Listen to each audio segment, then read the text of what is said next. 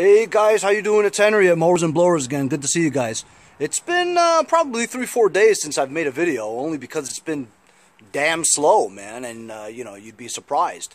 I mean, I've sold about 5 snowblowers and stuff recently, but in terms of getting stuff, picks and stuff, nothing. I haven't gotten anything. So I've been looking, just been real quiet, you know, and there's been some stuff that are like, you know, $5, $10, stuff like that, but I just want to stay true to it, you know, free. That's what I want to get, free. Anyway, they're just push mowers anyway, you know, sometimes really crap, not even worth the drive to go get it, you know what I mean? But this is what happened today. Of course, what is it? It's a neighbor who hears from the other neighbors, oh yeah, you know Henry can fix anything with a motor in it.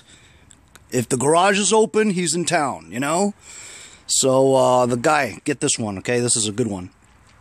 So he brings me this old Snapper single-stage snowblower, right? He says it can't start, it won't start at all, it doesn't work, blah, blah, blah, right? Obviously, you can see it's super old. Why the lawnmower? He says he wants me to take that carburetor off the lawnmower and put it in here. That dude's a cheap ass too. He doesn't want to spend any money, so I didn't even want to deal with him. You know what I'm saying? But he says, look, I need you to get this Snapper going, and you can have the lawnmower. And I says, I'm thinking to myself, oh, what the hell kind of piece of crap is he bringing me? You know what I mean? But actually, this Toro recycler is the personal pace kind. In the day, a Toro personal pace, even though even today the personal pace is very expensive, it's their top of the line model. And this also has key start. Not that the key start ever works, you know, never have I gotten a key start that ever worked. The battery's almost always dead, you know, or the motor shot, you know, on the electric starter. But actually, you know, aside from it missing the front propulsion system that seems to have been taken out completely, right? Wheels still roll freely, so no big deal. We'll just make this a push mower, you know what I mean? I think I might have a cover just to cover up the hole. Wheels seem like it's in good shape, you know? And this engine actually seems like it's alright. It's the guaranteed to start engine. Do you know how many guaranteed to start engines I've had in my lifetime that don't start? I don't even know how Toro can get away with a guarantee like that. You know what I'm saying? How is there not a class action lawsuit against Toro for saying it's guaranteed to start when I've had like 50 of them that don't start? Doesn't make any sense, man. I guess it's past its, you know, warranty timeline, you know? But anyway, I'm pretty sure I could use this, you know what I mean? So, while I would probably normally charge a guy that I, A, don't really like very much, B, he's a little bit of a psycho, right? And C, yeah, C, he's a neighbor, right? So you got to treat your neighbors right, you know? Well, even if I did like him, and he was a good guy, and he was my neighbor, I'd probably charge him like 50 bucks to fix something, you know? But since he's throwing this in, well, hell, I don't like him, so 50 bucks. Anyway, so this is a really old Snapper, right? The, sorry. Key seems to work okay. I tried to pull start it, obviously it doesn't work. It actually has the electric start, which is amazing. You could just tell by the cap, just by looking, that this is a Tecumseh engine, right? When I push the primer, it won't go down. Like there's a clog or something, right? I'm going to put this on its face, which is usually the snowblower's server's position. As you can see, this is actually the first time I've ever seen this one. The choke is a pull, and it actually moves freely. As you can see, it's also a Tecumseh carb. Just from that style of bowl, you know. Early Lawsons had this, but then Lawson and Tecumseh merged at one point in time, so they're all the same. So once you see this little crescent half-moon depression, right, you can tell this is a Tecumseh engine. What I'm going to do now is I'm just going to see if it will start. So I'm going to spray a little carb fluid in there.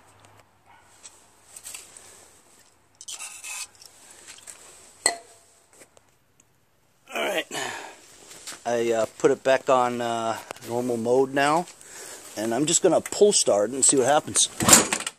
Ouch.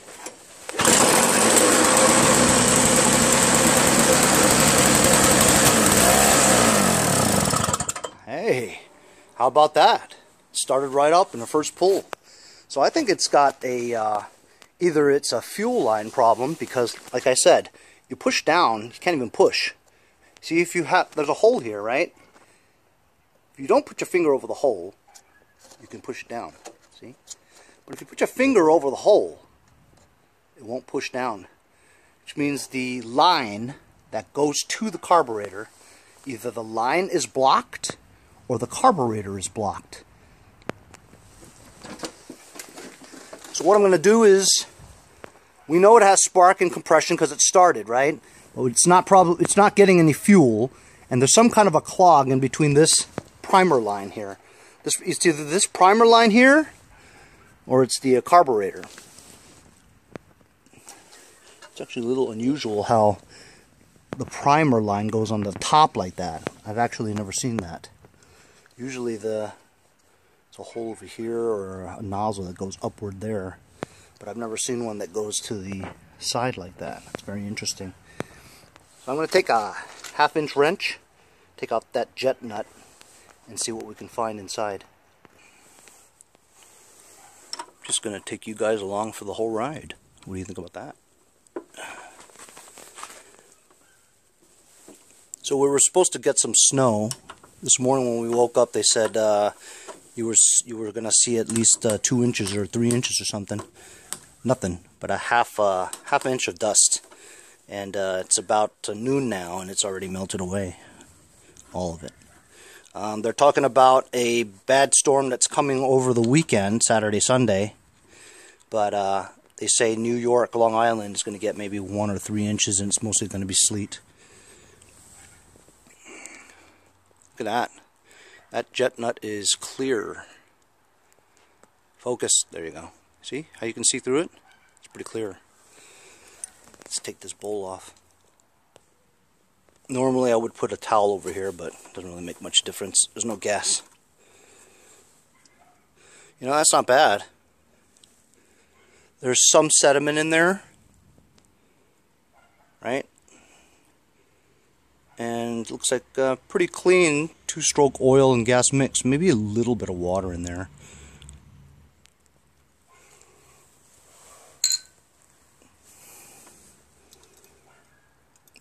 Doesn't look too bad. I'm going to disconnect this fuel line and put some fuel in the gas tank and see if it drips out. Just put gas in it and it pours out like a mother. Put it back on its face so it stops dripping. Alright, so we know that... wait a minute, I gotta put this gas cap back on here. It was dripping out too fast. Alright, so we know that once you put gas in there, gas freely moves through the fuel line and comes right down there, right? The primer, though, seems to be blocked, so I'm going to remove the primer hose and see where we can find the blockage. Just removed the primer hose, right, without breaking it, which is amazing. And when I press the primer bulb, right, listen.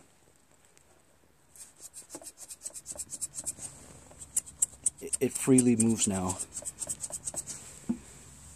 So there's a blockage in the this canal here where the primer bulb goes into. I'm going to blow some carb cleaner in there and see if we can free that up. Got my torch tip cleaners, the bristles on there. Just going back and forth with this nozzle there. The air input into the primer housing. Don't know if you guys can see that. I also blew a lot of carb cleaner in there. It doesn't seem to be opening up. So it doesn't seem to be opening up there. It's still kind of blocked. However, I'm going to Put the bowl back on, see if it runs just a fuel line like that. Now, Tecumseh is the only carburetor that has this little depression here, this half circle, semicircle, half moon kind of a shape. Reason behind that is because, as you can see, as the float bowl moves down like that, right, it needs space to move. So it's got a area there where it gives it enough space to move all the way down. So basically, you can't just put this bowl on just any direction like that, you know. You got to put it on where the hinge is. See where the hinge? Right there. You have to put it so that this line here is parallel to that pin. See that? Has to go in like that. Once you get the bowl over the gasket, which sometimes is difficult if you've sprayed carburetor cleaner around there, because carburetor cleaner will blow up rubber gaskets like a balloon. So it's kind of a difficult time to get that bowl on top of the gasket and for it to seat right onto the carburetor. I'm now placing the jet nut back on here again and tightening it again with the 1/2 inch. Now remember, this is a brass nut, so it's very soft, at least softer than regular steel, you know what I mean? So you don't want to go nuts with the tightening, so you just tighten it to about, yep, that's enough. You don't want to mess with it. Well, maybe a little bit more. No, that's it. No, you don't want to do any more. So I'm going to flip it back to its normal horizontal state. And according to what we've done already, we filled it with some gas. Not filled it, but I just put some in there. I didn't connect the prime back on there. See, this is the way it's supposed to be. Freely loose, and you can push it down easily. Alright? But I'm going to give it a pull anyway, because it's supposed to start.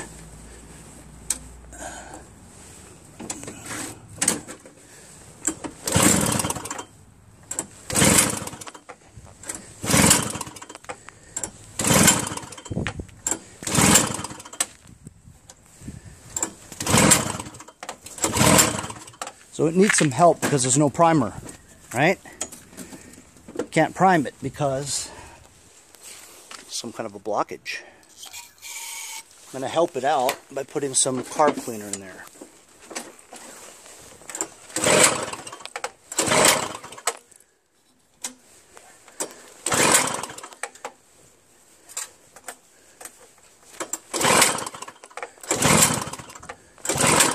That's odd, huh? Now it doesn't start. Just hooked up the electric start.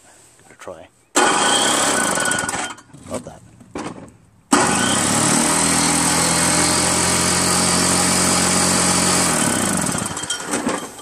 Saw a lot of oil come out of the muffler.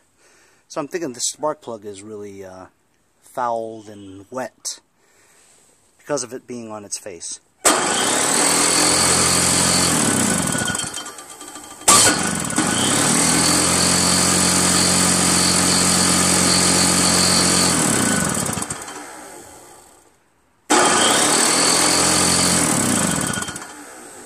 I have to check the spark plug. We're now going to blow some compressed air into the hole. You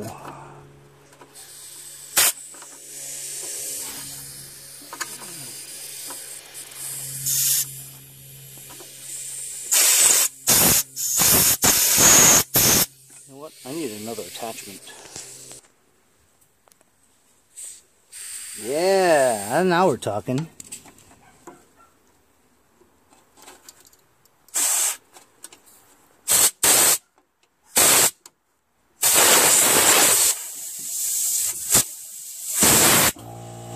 Doesn't seem like anything's going in.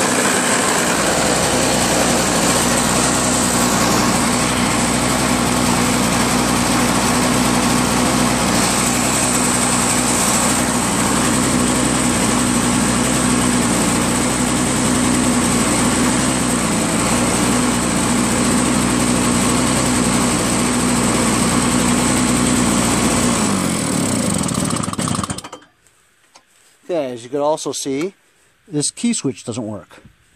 When I tried to shut it off, it didn't do anything. But it looks like I kind of soaked that nozzle, the primer bulb nozzle where the air goes into, and I kind of loosened it up with the air as well as the carb cleaner and as well as the bristle brushes going in there. So I think I'm just going to let it soak a little bit more, and we'll eventually start getting this going. See, it's now kind of pushable, right? And as you can see, it works. When I push, the gas goes through. So I'm just going to let the gas soak in a little bit more. And looks like we'll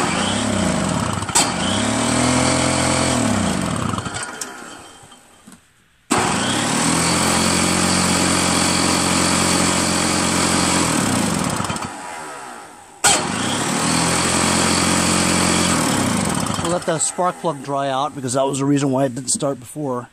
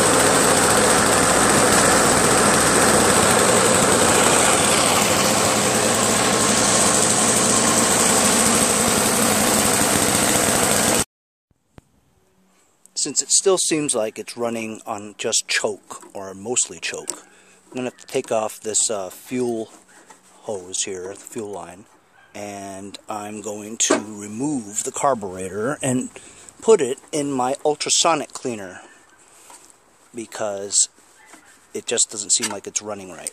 And if I'm going to give it to a neighbor, I want to make sure it's running right. You know what I mean? So this is a pain because there's so little room to get anything in there. I'm gonna find a, looks like a 3/8 or wrench and loosen those two bolts on either side. Disconnect the linkage as well as the choke lever and take this carburetor off. Take it apart again. Put it in the ultrasonic and let it soak for a bit. Almost freaking impossible to get anything in here to move it. So all you have to do is just get it kind of loose, but it's like you got literally no space. Looks like I got it loose, but man, I mean, talk about not making it easy for people, seriously, you know? I mean, seriously, man, look at this. How on earth are you supposed to have any space? Ooh, okay. Have any room to get this nut out? It's like freaking almost impossible, man. This is why I don't like taking carburetors off. Usually I just take them off from the intake manifold, you know, much easier. But that's not the case in this situation. I'm gonna have to remove the whole thing this way. Man, oh man. See how tough it is with one hand? Can't do it. Got to be real careful with that link over here, that throttle link attached straight to the governor. If this thing goes back there, I don't know how you're gonna fish that out. So it's just sitting there right now. Here's the carburetor, and it has the spring tension control arm here that fits right there. So I got to remember how that goes. You know what I mean? I'm gonna take a picture of it so I'll know. Because look, if you let go, it just freely moves around like that. You know. So I noticed there See that? What is that? If that's not the primer input, then what's that? This has got to be the primer input. But what's that? Right? Anyway, I'm going to take this apart and put it in my ultrasonic. So I'm heating up my ultrasonic cleaner. I was taking a look at this carburetor after I took it apart. All the pieces and stuff. Matter of fact, when I took the fuel float off, I shook it, right? Some fuel in there, so this is kind of bad because if this float has fuel in it, it weighs it down, therefore not controlling the fuel regulation properly. So I found this in my bucket of parts. It's another Tecumseh one. This one doesn't have fuel in it, but I'll throw it in the ultrasonic just to clean it anyway. So I was looking at this carburetor, and it's good that we look at it now before I put it in there. Seat seems okay. Emulsion tube seems okay. There's a lot of corrosion and stuff on there. Took the gaskets off because you don't want them to be soaking in there. Alright, so I don't know what this is. It's a little nozzle that sticks out like that. I would think it's too thin to be a primer hose fitting. This one's more appropriate for the primer. Hopefully this ultrasonic cleaner will clean out what's stuck in there still, maybe. And if you take a look over here, see the hole there? I'm missing something. Either a Welsh plug or some other kind of mixture. I'm see and try to find out if I can get one of these things on eBay, but I doubt it. I'll see what I can do, but I don't know. There should be some kind of screw, either a fuel mixture screw that goes in there, or a cap or something. You know, it's not supposed to be open like that. Anyway, I'll wait until this heats up. I'm heating it up to 50 centigrade. Just throw that in there. Along with the bowl. Fuel bowl's just going to float, but you know what? It's going to do something.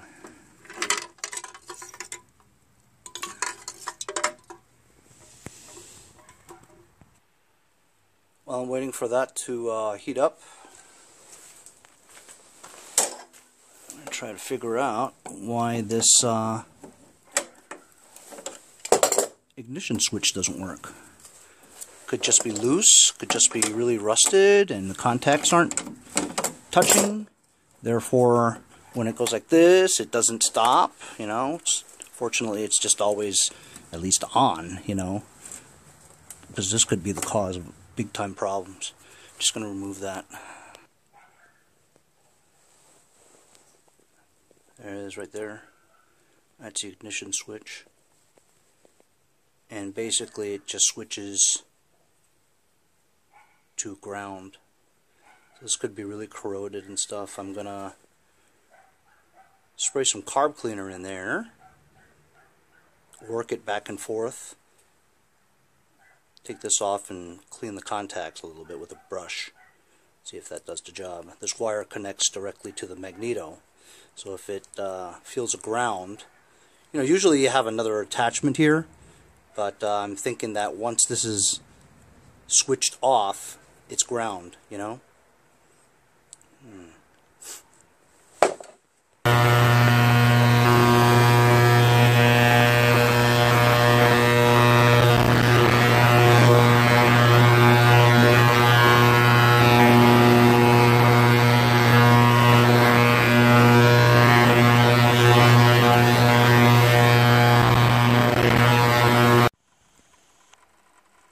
First cycle is over.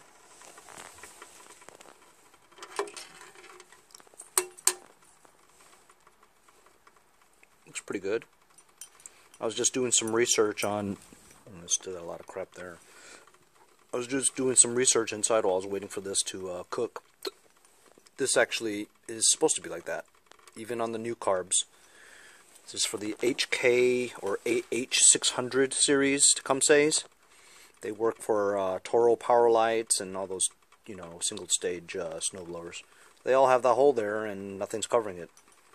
Also, as for that little thing over there, I believe that's just a breather. It comes with that too, and nothing's supposed to go on it. Odd, huh? If I wanted to get a new carb, right, it wouldn't come with this kind of apparatus. It would be that long stick, you know, that long stem that sticks out that you just scroll it left and right. You know, that would be the choke plate. So I don't know how that would work with this one, since this is not like that, you know. But in the meantime, I'm going to, I mean, this water's hot, but it's not like super hot that you can't, you know, touch it for a second, you know. But I'm gonna cook this again for one more cycle.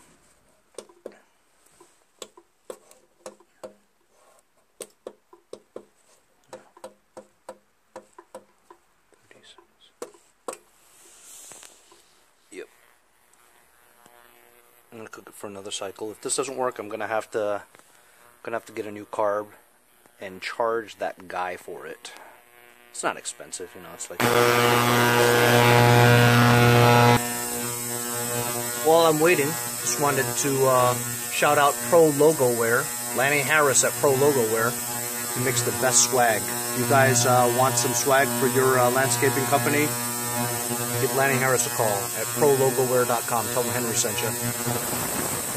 Same goes for my sponsors over at propartsdirect.net. If you guys need any parts, especially the carburetor that I'm talking about, go to propartsdirect.net for all the cheap parts. Tell them Henry from Mowers and Blowers sent you. So the second cycle has just finished.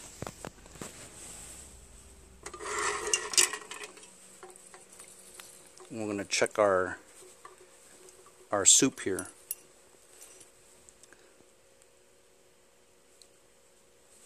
I mean, look.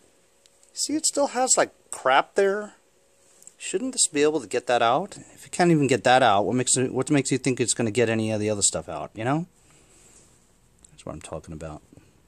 Anyway, I'll blow this out with compressed air and put the whole thing together and see what we find. Soup. Just put everything back together again after I blew out all the holes with compressed air. It seems pretty clean. However, I think the float bowl is a little suspect.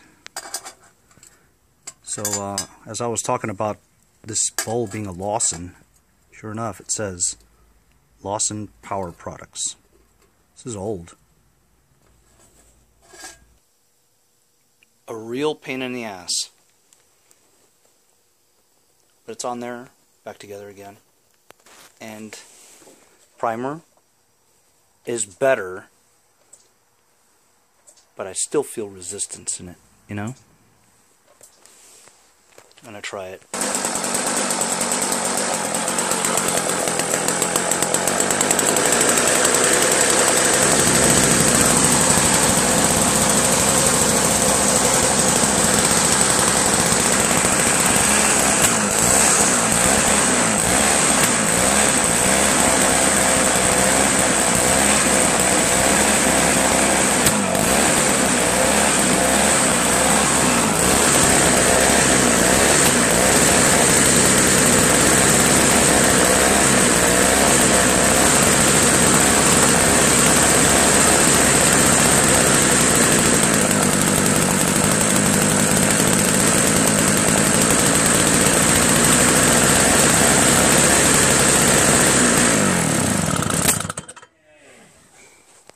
Alright, looks like I got the key switch to work, I think.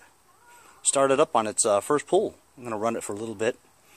But other than that, I think we got it going.